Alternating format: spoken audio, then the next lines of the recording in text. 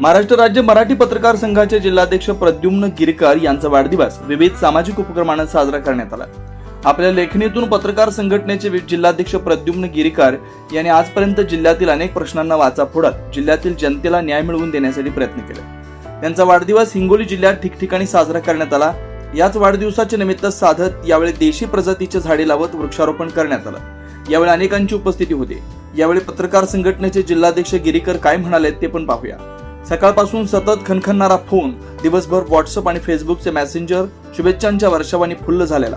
अनेकांनी माझ्या फेसबुकच्या भिंतीवर दिलेल्या शुभेच्छा तर काहींनी स्वतःच्या भिंतीवर लावलेले माझे शुभेच्छांचे छायाचित्र, हे सर्वांचं प्रेम पाहून मी तुमच्या सर्वांचा कायमचा ऋणी आहे। हे ऋण कधीच फिटू नये आणि तुमचं प्रेम, आशीर्वाद, शुभेच्छा या माझ्या पुढच्या वाटचालीसाठी निश्चितच कायम शिदोरी ठरणार आहे। माझ्या वाढदिवसानिमित्त आपण सर्वांनी जो शुभेच्छांचा वर्षाव केलाय त्याबद्दल आपल्या सर्वांचा खूप खूप आभार।